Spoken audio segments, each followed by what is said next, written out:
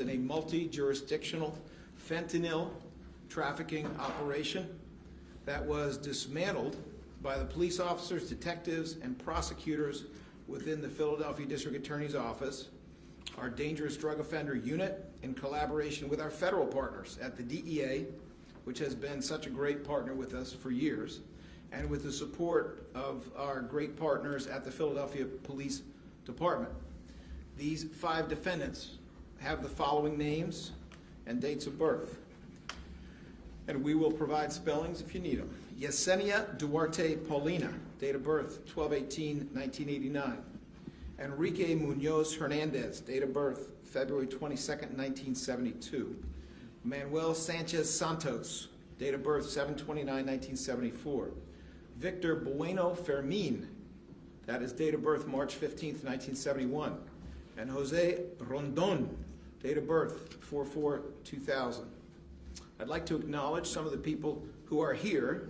You should know that we may or may not have in attendance 4 members of City Council. This case is of great interest to them. However, the budget hearings in City Council are pretty all-consuming, so depending on their timing, they may make it or they may not. They're certainly here in spirit. We have with us Thomas Hodnett, who is the special agent in charge of the DEA. We have Keith Hart, an assistant special agent in charge at the DEA. Joseph Frederick Storff, who is the deputy director for HIDTA, that's HIDTA, and what it stands for is the High Intensity Drug Trafficking Area, with us.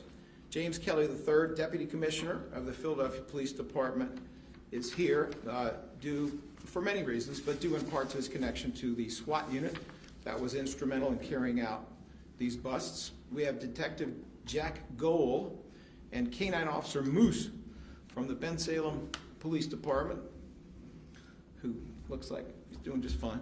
Robert Listenby, First Assistant DA, is here. ADA Paul Riddell is here and will be speaking in some detail about this bust. He is the chief of the DAO's Dangerous Drug Offender Unit, a unit that he has been running here for about 7 years.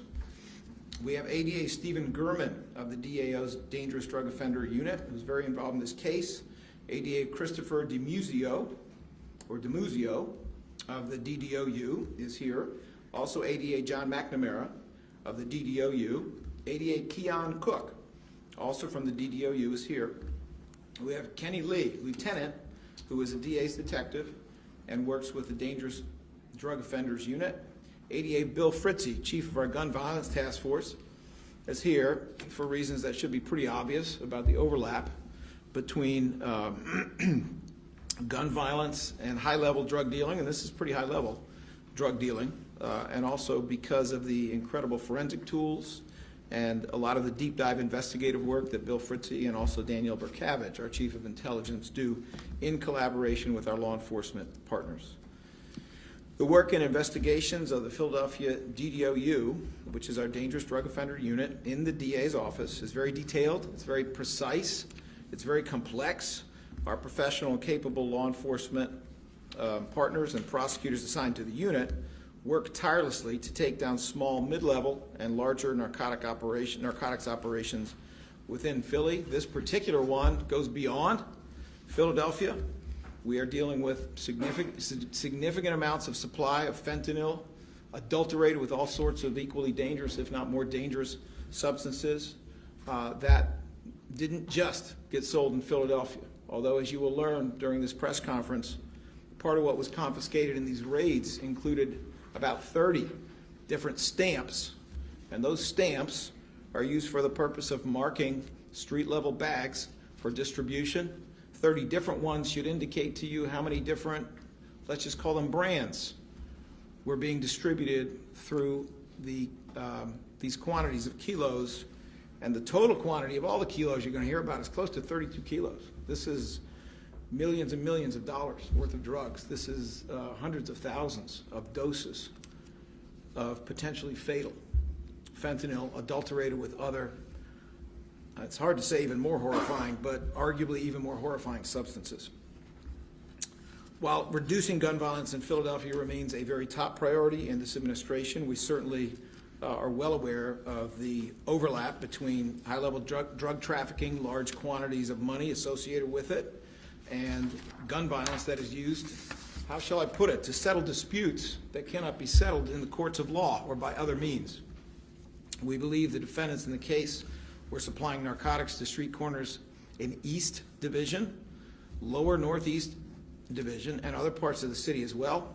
We also believe this fentanyl trafficking spanned across the Commonwealth of Pennsylvania and into the state of New Jersey, where, as you will hear, there appear to have been some deaths resulting from this substance. Today's announcement is just one step in the investigation. There's a lot we're not going to tell you, simply put, because it goes on. But what we are going to tell you is vetted to make sure we can tell it to you. And while this transparency happens, law enforcement in this room will continue to follow leads, tips, and information to see how far and wide this investigation will take us, so that we and other jurisdictions, both state and federal, can hold accountable additional bad actors who have been involved in these illegal activities. Our hope is that the kind of work that occurred here, this is not just grab and go with a 14-year-old with a couple bags in his pocket. This is high-level stuff. This is serious stuff. And we are hopeful that the senior citizens, the parents, the young people, the business owners, the residents who live near this kind of activity will be able to walk up and down the streets with less fear and less concern for what it is happening around it and what it is their kids and their neighbors are going to see and have to put up with. We hope that this announcement and charges will bring some sense of comfort that our law enforcement partners and the DA's office are not going to tolerate this kind of life-threatening illegal behavior. I don't think anybody needs this reminder, but I'll give you this reminder. When we look at homicide numbers for Philly, which are certainly going in the right direction, you're looking at approximately one homicide every 2 days in Philadelphia at this point. When you talk about fatal overdoses, fatal drug overdoses in the city of Philadelphia, the numbers always take a while to catch up, but we have in recent years been looking at 3 or even 4 fatal overdoses a day in the city of Philadelphia. You're talking about people dying at a rate that is, what, 6 or 8 times the number of homicide victims that we have. So this is affecting an awful lot of lives, and it's harming an awful lot of people, and we should be cognizant of that. There will be a number of speakers. Rather than get up every time, let me just let you know who they will be and the sequence in which they will be providing information. There will also be several slides that we're going to go through, close to 10 of them, which I think include photographs taken during the raid, photographs having to do with a couple of other investigative steps that occurred prior to that. The first speaker will be ADA Paul Riddell, the chief of our DDOU unit, and he will be talking about the DDOU and its ongoing partnership with local, state, federal agencies, as well as this particular case. ADA Steve Gurman of DDOU will talk more about the charges and give an overview of the case, investigation, and arrests themselves. Lieutenant Kenny Lee is present, although I think he'll mostly be standing with his colleagues. If the spirit moves him to speak, he is allowed to speak, of course. DEA Special Agent in Charge Thomas Hodnett will not be speaking today, but he will be here and certainly available in case I say the wrong thing. He can correct it, and I would welcome that. We have Deputy Director Joseph Fredericksdorf of HIDTA, H-I-D-T-A, who will be talking about HIDTA's role in the collaboration and investigation.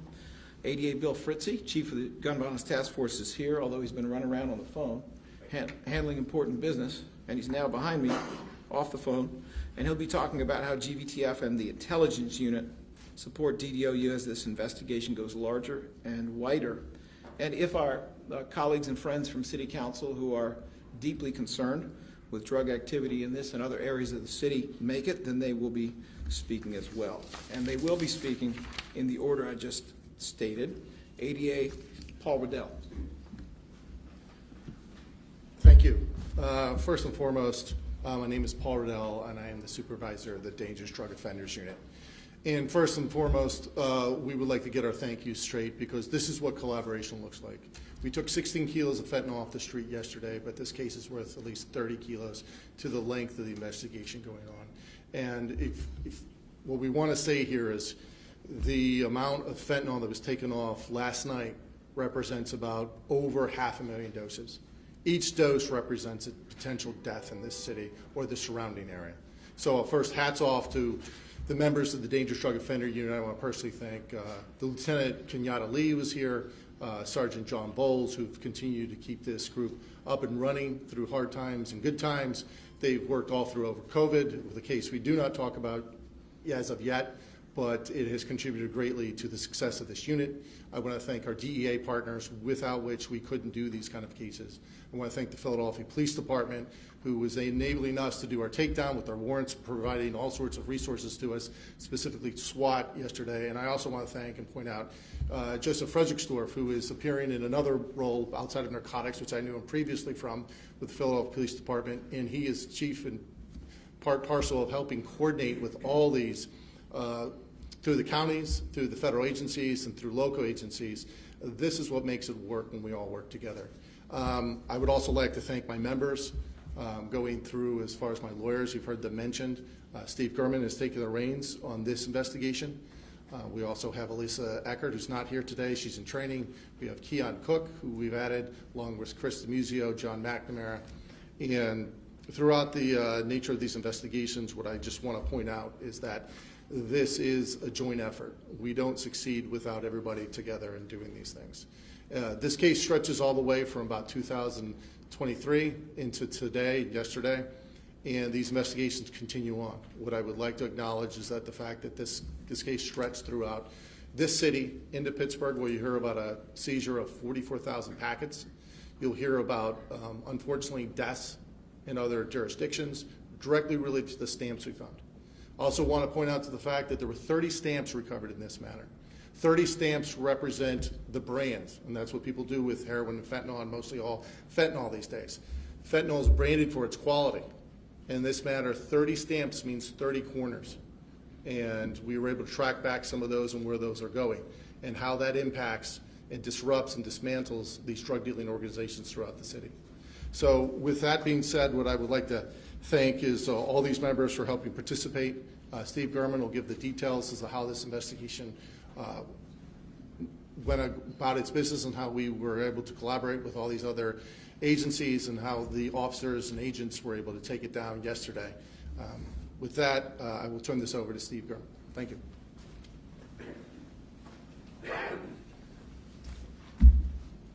Thank you. This case is an investigation that goes back the better part of 2 years. This is something that started in some ways from information from one of our partner agencies. We were able to take that information and validate it with things that we had already known. Through the course of our investigation, we were able to identify the main players in this organization. This is an organization basically 2 levels above the street level. These are not people who work on the corners. They distribute to the people who end up passing the drugs out to the people who are selling on the street corners. What's very important is to note that the houses that were searched and that the drugs were recovered from are not in the heart of Kensington. These are places in multiple neighborhoods stretching across North Philly and into Northeast Philly where they are distributing using main highways to get to Kensington and provide those supply lines. The Acevedo Drug Trafficking Organization is the title of this particular organization. We found through the course of the investigation that the distribution went through Philadelphia out to New Jersey, and as you'll see, significantly out to Pittsburgh. When we identified major players, we did execute search warrants prior to yesterday. As you see on the slides here, we did on the 1031 slide on Halloween, we served search warrants after a controlled buy of approximately 1 kilo. We did search that individual's residence in the 15th district. We found a packaging mill inside the basement. We did find a ghost gun and a 5.7 caliber handgun hidden in the ceiling. We found a table packaging materials and all of the necessary equipment to mix the cut materials with the fentanyl. You see the plates, the heat lamps, and all of the attendant paraphernalia. Next slide.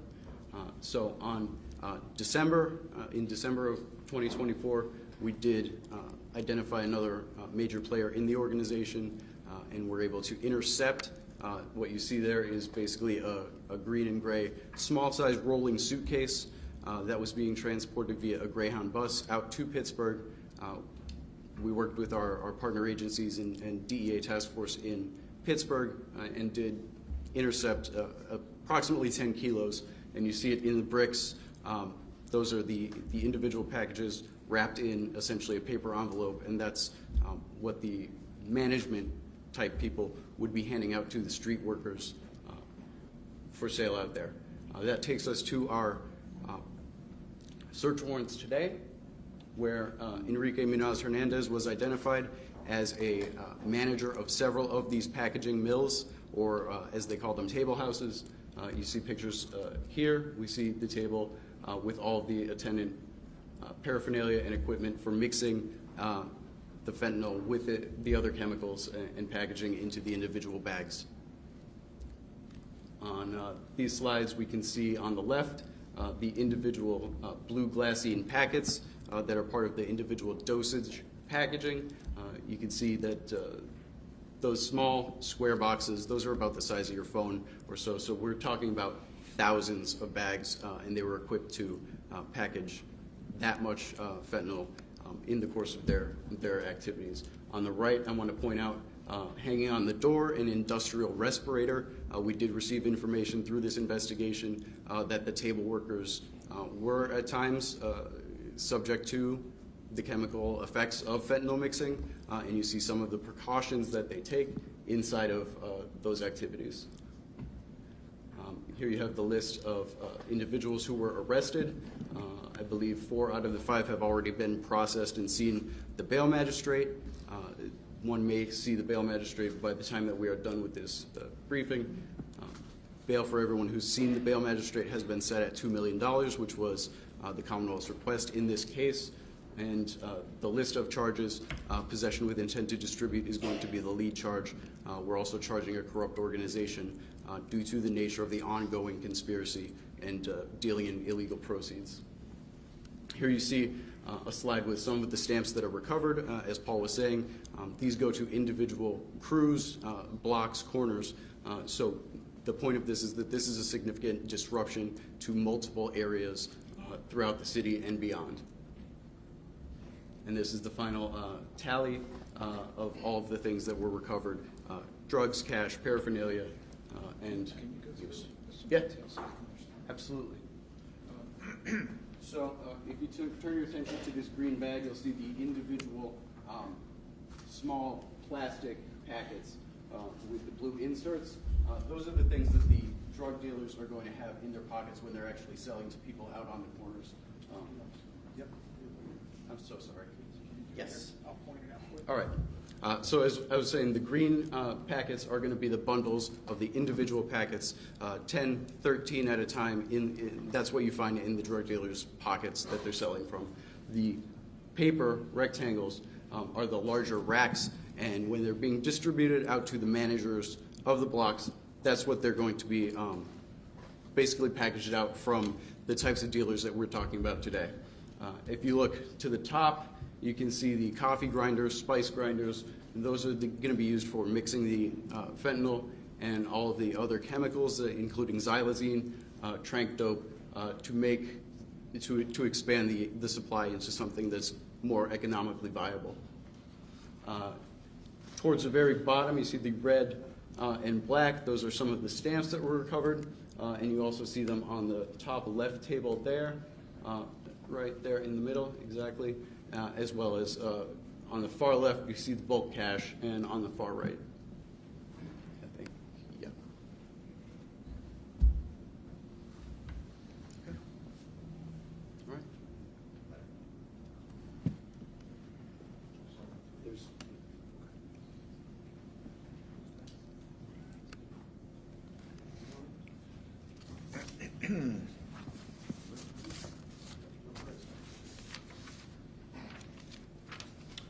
Deputy Director Frederick Stewart. Thank you. Yes, sir. Hi, my name is Joe Fredericksdorf. I'm the Deputy Director of Liberty Mid-Atlantic HIDTA. HIDTA stands for the High Intensity Drug Trafficking Area. We're a federal program that directs resources for the collaboration, intel sharing of local, state, and federal law enforcement, as well as prosecutors throughout Pennsylvania, and in my case, New Jersey and Delaware, and the Collier counties. We provide resources for that collaboration to enable these prosecutors and law enforcement partners to provide interdiction services through investigation and prosecution. This is a great example of our experts at the Philadelphia Police Department, our federal partners at the Drug Enforcement Agency, and the Collier counties around Pennsylvania of interdiction process that effectively works. There's hundreds of thousands of potentially deadly dosage units of fentanyl in here. Xylazine is another product that's particularly harmful that doctors in our ER and treatment rooms have a hard time dealing with. So every time we get that, that's a win. That's basically all I have for this group, and thank you very much. Thank you all. I just have another comment or two, and then we will go to Q&A. I'm sorry, Bill Fritzy. Yes, sir. There's no guns in this, so that's why they forgot to call my name. I'm here to talk about collaboration and what that means with a dangerous drug offender unit and gun violence task force. About a year ago, we really started working together. We would intake digital evidence, whether it's a cell phone, Instagram content, anything of that nature, and be able to send that back out to dangerous drug offender unit, letting them know, hey, we recovered some guns in here, but we also see drug sales in here. And that flow is what's going to continue here in Philadelphia. So we have the capacity in our lab not only to extract this data, but also analyze the data. And we also have the ability, through investments made through some of the grants that were acquired by the city, to then send that analyzed information out to our partners and out to actually the entire Philadelphia Police Department, but also to our Delaware Valley Intelligence Center partners as well, to analyze, look at that data, and see what else we can find, what other criminal activity these individuals are engaged in. So after this press conference, I will be standing next to ADA Riddell, and I will be asking him for any digital evidence that he has as well, so that we can begin to analyze and see what we can do on the ground level here in Philadelphia, working with the police department to inhibit more of this criminal activity that's occurring on our streets. Thank you. All right, just a couple of comments, and then we'll go to Q&A pretty quickly. I'm sure a lot of you are familiar with this, and certainly if I misstate something, you'll all be kind enough to correct me. But, you know, we thought we had it bad with heroin. We thought we had it bad when people were buying heroin that had other substances mixed with it. Those substances were not in and of themselves necessarily toxic. And then we saw fentanyl, which did not just start to adulterate heroin, but pretty quickly made its way into other things. You had people who had been addicted to cocaine or crack for 25 years lying dead on the street because fentanyl had been put into their crack. And what they had managed with their addiction for a period of time, they couldn't manage anymore. And they were killed. We saw fentanyl starting to make its way into phony pharmaceuticals, pill presses, that were making things that looked like other drugs, but actually fentanyl was in it. And then, to make things even worse, because the amount of fentanyl it takes to kill you is so minute, and the people mixing it are not chemists and do not care if you live or die, then we started to see other substances, some of which were mentioned by HIDTA Director Fredericksdorf, making their way into it. Well, these kilos, which sell for something like $70,000 a piece, wholesale, and we're talking 16 of them, so do the math. You're up to maybe $1.31 million wholesale, and a much, much higher value on the street when they're sold in individual packages. These kilos are full of other substances. What that means, and I say this based upon a very long conversation with experts in the field and an addiction doctor and medical doctors, what that means is that when someone comes in overdosing off of this kind of a substance to an emergency ward in Philadelphia where you have access to ICU, those medical doctors may not be able to handle it. That's how bad it is. They don't even know what is causing the overdose or what combination of things. Sometimes they can't even test and find out exactly what substance is in the body. And not all of them are going to make it out even in an emergency room environment with medical doctors and an ICU available. That is how dangerous this stuff is. So obviously I'm delighted, and I think every Philadelphian and a lot of people in Jersey should be delighted, a lot of other people in the Commonwealth, that this amount has been taken off the street. Make no mistake, they'll be selling drugs as we stand here, and they'll be selling them tomorrow. But this is a lot, and this is important, and this is a reflection of some really excellent work that is impactful, and hopefully will have an impact that will endure. All right. There's a whole row of experts behind me. In the event you have a question that they may or may not want to answer, I will shuttle back and forth to see if they'd like to come forward and speak on it. There is no obligation to answer any questions, especially when we are trying to make sure that there's no adverse impact to additional law enforcement activity here. Mr. Gardner, Channel 3, Yes, sir. CBS. No questions? I do, actually. You yeah. do. Yes, sir. Human question.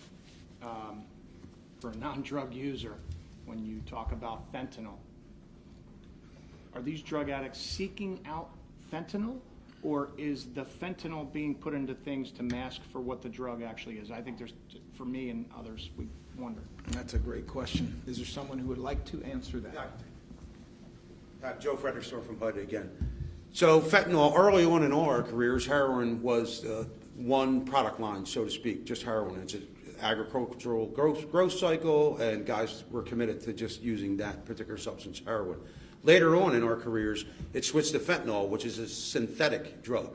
But what's unique about fentanyl is it combines with a lot of other things. So then, as the district attorney referred to, fentanyl can be pressed into pills. So they have things called like M30s, or they used to call them pink footballs, or Xanax, or materials like that. Someone may go out seeking Xanax, but actually getting a knockoff that's fentanyl laced, and then you don't know what you're getting. And then when you get that fentanyl is an opiate, and then now you have to get an opiate, another source. So now you're seeking more fentanyl. So to answer your question is, yes, people seeking another type of drug could end up with fentanyl. That's where the one pill can kill ideology comes from. Some kid at college, a non-drug user, goes to a party one night, takes something, he thinks it's Adderall to stay awake all night, but he ends up getting a deadly dose because these guys aren't pharmacologists. So the answer to your question is both. They seek out one thing, but they may end up with something else entirely. Thank you. Thank you. All right. Chris Edmondson, 6ABC. Any questions? No questions. All right. Thank you. Channel 10 NBC, James Friedman. Any questions? Yes. You spoke of all these ingredients, these new ingredients that they're putting in. Is this something that Narcan can't help?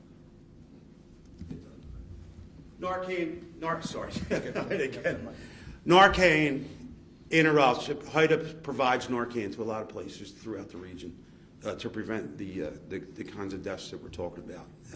We supply it all over Philadelphia, and other people supply it too. Narcan is an opioid receptor inhibitor. So yes, it does help, but it usually helps with one of the mixes. So if there's 4 things in a mix, it might help with one. It does break the opioid receptors. So more often than not, we tell people, use the Narcan to save somebody's life. And we find it effective. Just a follow-up. Yeah. Is this something that could, if these drug mixtures that they're making and designing, is this something that Narcan will eventually not be able to handle? To date, it has been able to handle it. We're always behind science. God willing, science will someday find a way to break the addictive cycle. Until that happens, we have to rely on these folks to stop the supply line. And we also do, all of us here do prevention and treatment efforts, including Narcan.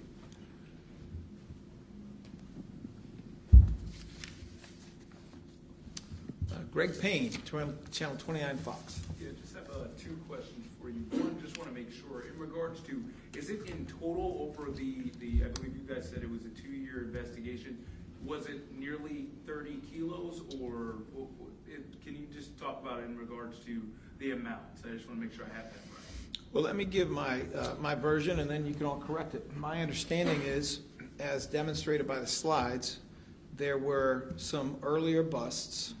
One of them involved a suitcase and a Greyhound bus. I think we saw that slide. And another one involved first a direct sale of a kilo, and then almost 5 kilos that were found during a raid that followed it. If I heard all that correctly, I think that amounted to a total of close to 16 kilos. And then separate and apart from that, there was on the 8th of April, yesterday, a raid that involved another total of about 16 kilos. Putting all that together, you're close to approximately 32 kilos. However, let's make sure that gets corrected here, and then we'll go to your second question. Is that correct? That's correct. You got it?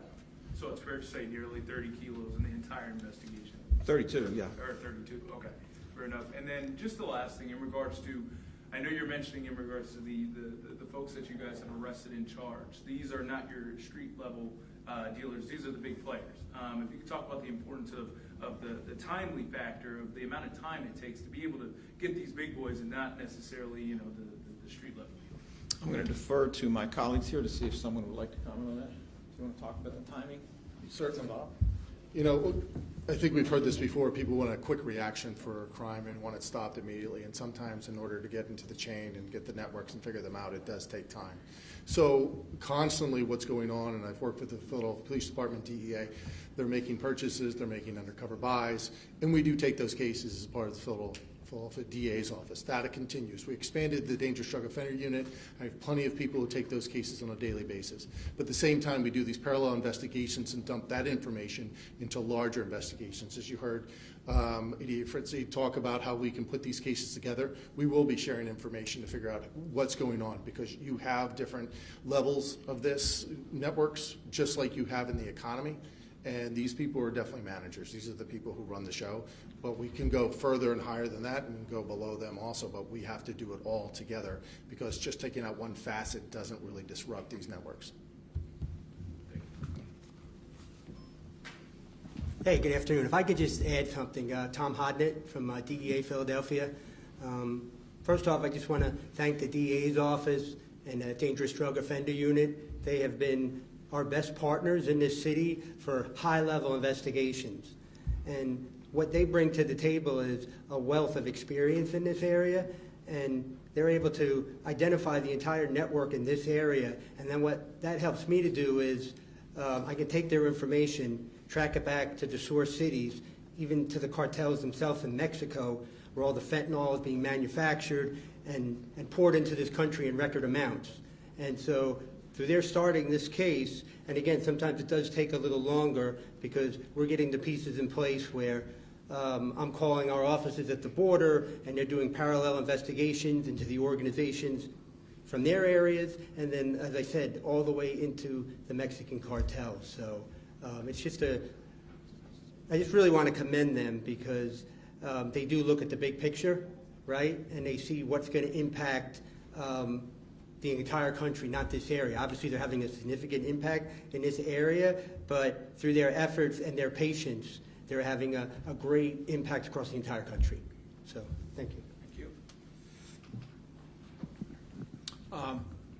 Now, I will ask the media to do me a favor. Don't spin your cameras around.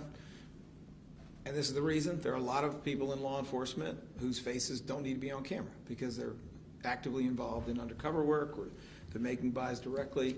There's a whole team, however, for the people viewing your media, there's a whole team of law enforcement who are not on this side of the camera, they're on that side of the camera, because this is the incredibly important work that they do. Those are the risks that they take, and those are their, we are speaking of their accomplishments. So I want to give them credit, even though we're not going to put their faces on camera today. All right, let me see. Mr. Payne, we completed your questions, right? Yes, sir. Sherry Stone, Philadelphia Tribune.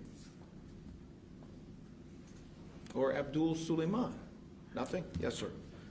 Argenis Figueroa, 65 Univision. Do you have any questions, sir? Thank you. Yes. I have two questions. So, first for you, I would like to know, usually the information to start the investigation comes from the community. So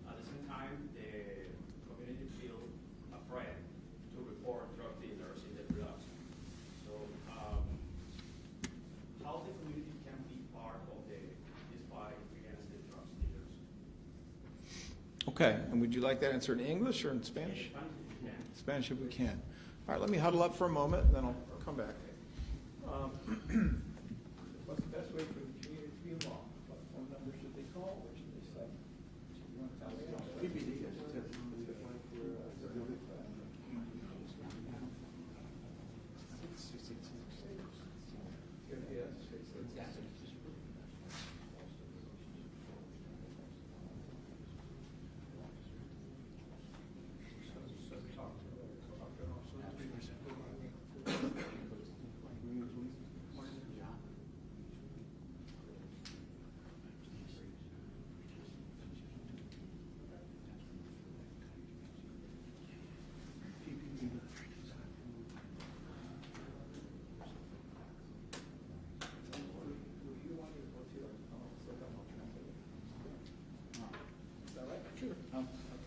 All right, we have a whole team to answer that question.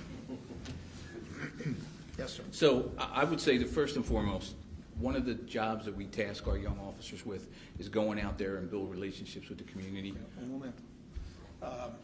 Primero diría que el trabajo de los policías es tener, es hablar con y tener relaciones con la comunidad para grabar la información. Yes, sir. And part of the work that we do and that we're charging our officers with is to build relationships with the community. Not just to go out there and lock up bad guys, but to go out there and form relationships with the people out there. That's why, I'm sorry, I keep forgetting you gotta No go. es solamente para arrestar a personas en la comunidad, es también tener esas relaciones en la comunidad. And with that, you develop a feeling of trust, that they can trust the officers. They're out there every day. They see the same officers every day. We try not to move them in and out of that location. You keep them there to build that connection. Okay, one second. Y de esa modo se confían. Se confían la comunidad con la policía y tenemos los policías en la comunidad cada día para mejorar esa situación. And if that doesn't make the community feel safer, they always have the opportunity to go in to the district, speak to the district captain. También pueden ir al distrito para hablar con el capitán allí o los otros policías en el distrito, es decir, el centro de la policía en ese distrito. And everyone that would be involved in this process is very much aware of the importance of confidentiality, that they would not, reveal that person, that that person would feel safe and protected in bringing that information to us. Pueden venir con confianza que los policías tendrán esa información en confianza, que no van a comunicar con la comunidad quien les indicó lo que está pasando. And we also have an anonymous tip line that you can make calls into. Both myself and Deputy Director Fredericksdorf worked in narcotics for a long time. I can tell you that we put a lot of importance into following up on these anonymous tips or when information is brought in. And many of our good jobs are very big jobs that could eventually lead to high level, emanates from citizens coming to us with information, a lot of times. Y también hay un número que la comunidad puede llamar para dar su información. El número es 215-786 TIPS, T-I-P-S, 215-686 TIPS. So does that help a little bit? Yeah, I think so. Okay. Thank you, sir. All right, did you have a second question? My second question is going to be, I heard before, usually in intelligence work, you are looking for the big fish. But while you are looking for the big fish, people say the small ones is destroying the funds that are coming from Kensington or across the city. Also programs or everything that you are doing to fight against the drugs. So at this time, Mr. Krasner, what is your message to our community about that, and even about your talking to them? Sure. Police in Philadelphia work every day. Los policías in Philadelphia trabajan cada día to make the situation in communities like Kensington better, para mejorar la situación en comunidades donde hay actividad de drogas, por ejemplo, Kensington. And that work includes arresting small-time dealers. Y ese trabajo incluye arrestar a esos que venden cantidades pequeñas en las esquinas. Okay? Además de eso, in addition to that, tenemos arrestos mayores. We have these bigger arrests, como este arresto aquí que estamos discutiendo, like this arrest that we are discussing here. No hay ninguna contradicción, there is no contradiction entre estos dos tipos de trabajo, and between these two different kinds of work. Personally, I applaud the work that is being done by the Philadelphia Police, DEA, all of our law enforcement partners, whether it has to do with smaller drug dealers or bigger drug dealers. Personalmente, yo quiero darles ayuda y gracias a nuestros socios en la policía, también DEA, por el trabajo que hacen, sea casos pequeños o casos mayores. All right, thank you very much. Are there any other questions at this time? All right. I'm sorry. Yes, sir. Is it me or is it surprising that no weapons were found? Well, I will say I heard a little bit about a ghost gun in some of the earlier arrests. So I guess your question goes to the raid on the 8th of April. Let me ask if there is anyone who would like to answer the question. Is it surprising that there were no weapons recovered on April the 8th? Having worked with the DEA for years now and having worked on large scale and small scale, April next week marks 22 years as a prosecutor for Philadelphia. In this sense, a lot of times when you're at this level, these guys are pure business. They're not trying to get involved. They don't want to bring the heat, as they say it. They don't want to bring police officers, and they don't want any more attention. They are all about making money off other people's suffering, and they're going to do it as quick and fast and efficient as possible. So am I surprised? I'm not. But do we get guns? All the time. But it doesn't correlate with one way or another. Sometimes at the lower level where guys are selling a couple packets, you'll get almost everybody who's trying to carry something. And they're a threat to the community, and they'll fight over small times. But in this sense, it's not shocking at this level because these truly are businessmen in a very bad business. Let me just also add to that we're not talking about ongoing investigations of what may develop further, but we all know that especially as you get closer to you might say the retail level, the level of selling to people who are actually using, especially as you get closer to that, there may be more activity involving guns, and our gun violence task force has been very, very good at doing deep dive investigations and following wherever the investigation goes. I would not be even a little bit surprised if, as this investigation goes further, as we get closer to street level sales, we're going to see more guns, and there will be more activity related to investigations, arrests, prosecution of gun activity and of gun violence. All right, thank you all very much, and thank you to everyone who attended here and spoke and helped me out.